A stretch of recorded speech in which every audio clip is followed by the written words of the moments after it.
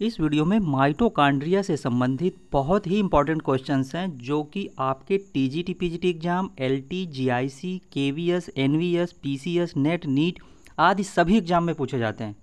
तो आइए शुरू करते हैं। देखिए, सबसे पहला क्वेश्चन है कि अगर माइटोकॉन्ड्रिया के F1 पार्टिकल्स को नष्ट कर दें तो क्या होगा। हम जानते हैं कि माइटोकॉन्ड्रिया में जो F1 पार्टिकल्स होते हैं वो यहाँ पर क्रिस्टी के पास लगे होते हैं। ये जो है छोटे प्रकार के जो ये पार्टिकल्स लगे होते हैं, इन्हें F1 पार्टिकल्स कहते हैं। तो अगर इनको नष्ट कर दें तो क्या होगा, एटीपी का संश्लेषण नहीं हो पाएगा। एडिनोसिन ट्राईफॉस्फेट का जो संश्लेषण होता है वो नहीं हो पाएगा। अगला क्वेश्चन है, अगर किसी कोशिका के सभी माइटोकॉन्ड्रिया नष्ट कर दिए जाएं तो कह रहा है क्या होगा। ठीक है, यानी कि जो सेल है और उसके सेल के अंदर जो भी माइटोकॉन्ड्रिया होते हैं, अगर उनको कह रहा है नष्ट कर दिया जाए तो क्या होगा। तो देखिए, श्वसन नहीं होगा और कोशिका को ऊर्जा नहीं मिलेगी। ठीक है, श्वसन नहीं होगा और सेल को जो एनर्जी मिल रही है वो नहीं मिलेगी। अगला क्वेश्चन है, किन कोशिकाओं में माइटोकॉन्ड्रिया नहीं होते हैं। ऐसी कौन सी सेल्स हैं जिनमें माइटोकॉन्ड्रिया अब्सेंट होते हैं, बिल्कुल होते ही नहीं है। तो वो है लाल रुधिर कणिकाएं, यानी कि आरबीसी में माइटोकॉन्ड्रिया नहीं होते हैं। अगला क्वेश्चन है, माइटोकॉन्ड्रिया में कौन सा प्रोटीन पाया जाता है। तो माइटोकॉन्ड्रिया में देखिए क्या होता है कि जो बाहरी झिल्ली के हिस्से में बड़ी संख्या में अभिन्न झिल्ली प्रोटीन होते हैं, जिन्हें क्या कहा जाता है, पोरिन कहा जाता है। अगला क्वेश्चन है, माइटोकॉन्ड्रिया में किसका निर्माण होता है। तो हमें पता है कि माइटोकॉन्ड्रिया में एटीपी का निर्माण होता है, एडिनोसिन ट्राईफॉस्फेट का निर्माण होता है। अगला क्वेश्चन है, माइटोकॉन्ड्रिया है क्या। माइटोकॉन्ड्रिया क्या है। तो देखिए, माइटोकॉन्ड्रियन एक गोलाकार से लेकर के अंडाकार आकार का एक अंग है जो लगभग सभी यूकैरियोटिक जीवों की सेल्स यानी कोशिकाओं में पाया जाता है, और यह रासायनिक प्रतिक्रियाओं की एक श्रृंखला के माध्यम से कोशिका के लिए ऊर्जा पैदा करता है, जिसे एटीपी के रूप में जाना जाता है, का उत्पादन करता है।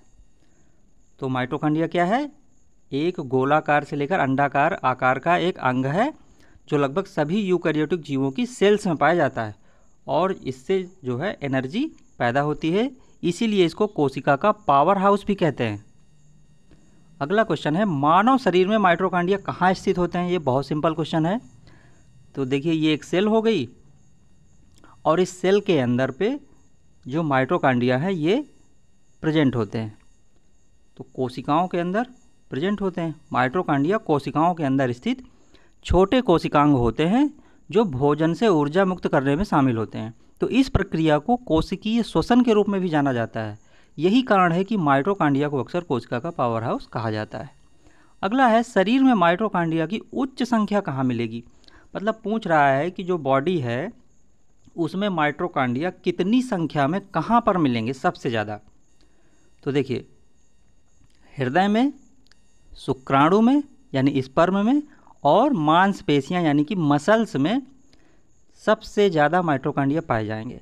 हृदय, शुक्राणु और मांसपेशियों की कोशिकाओं में प्रति कोशिका लगभग 5000 माइटोकॉन्ड्रिया होते हैं, और इन कोशिकाओं को ज़्यादा ऊर्जा की ज़रूरत होती है, इसलिए इनमें शरीर के किसी भी दूसरे अंग की तुलना में ज़्यादा माइटोकॉन्ड्रिया होते हैं। ठीक है, जहाँ पे कम ऊर्जा की ज़रूरत होती है वहाँ कम माइटोकॉन्ड्रिया होते हैं, लेकिन हृदय, शुक्राणु और मसल्स की कोशिकाओं में ज़्यादा माइटोकॉन्ड्रिया पाए जाते हैं, क्योंकि इन कोशिकाओं को ज़्यादा एनर्जी की ज़रूरत होती है। अगला क्वेश्चन है, क्या माइटोकॉन्ड्रिया केवल माँ से यानी कि मदर से आते हैं। देखते हैं। देखिए, माइटोकॉन्ड्रियल डीएनए आमतौर पर केवल हमारी माताओं से विरासत में मिलता है। अंडे और शुक्राणु दोनों कोशिकाओं में माइटोकॉन्ड्रियल डीएनए के साथ माइटोकॉन्ड्रिया होते हैं, लेकिन आफ्टर फर्टिलाइजेशन क्या होता है, निषेचन के बाद स्पर्म से माइटोकॉन्ड्रिया लगभग हमेशा के लिए नष्ट हो जाते हैं। तो हम क्या कहेंगे कि हाँ, माइटोकॉन्ड्रिया केवल माँ से हमें विरासत में मिलते हैं, क्योंकि जो शुक्राणु से माइटोकॉन्ड्रिया होता है वो लगभग नष्ट हो जाते हैं। अगला क्वेश्चन है एटीपी अथवा श्वसन एंजाइम्स कहाँ पर होते हैं? तो देखिए माइटोकॉन्ड्रिया के F1 पार्टिकल्स पर, ठीक है, हमें पता है कि F1 पार्टिकल्स क्रिस्टी पर होते हैं यहाँ पर, तो ये माइटोकॉन्ड्रिया के F1 पार्टिकल्स पर होते हैं। अगला क्वेश्चन है ऑक्सीडेटिव फास्फोराइलेशन क्या है? तो ऑक्सीकरण जब होता है उसके फलस्वरूप अपचयित हाइड्रोजन ग्राही पुनः अपनी सामान्य अवस्था में आ जाते हैं और ऊर्जा मुक्त होती है। तो यह ऊर्जा एडीपी को एटीपी में बदलता है, यानी कि एडिनोसिन डाइफास्फेट को एडिनोसिन ट्राइफास्फेट में बदलता है और ऑक्सीकरण द्वारा ऊर्जा के मुक्त होने की क्रिया को ही ऑक्सीडेटिव फास्फोराइलेशन कहते हैं। तो इस प्रकार से ये माइटोकॉन्ड्रिया से संबंधित बहुत इंपॉर्टेंट क्वेश्चन थे। अगली वीडियो में नेक्स्ट क्वेश्चन आंसर को पढ़ेंगे, तब तक आप चैनल को सब्सक्राइब कर लीजिए और वीडियो को लाइक कीजिए।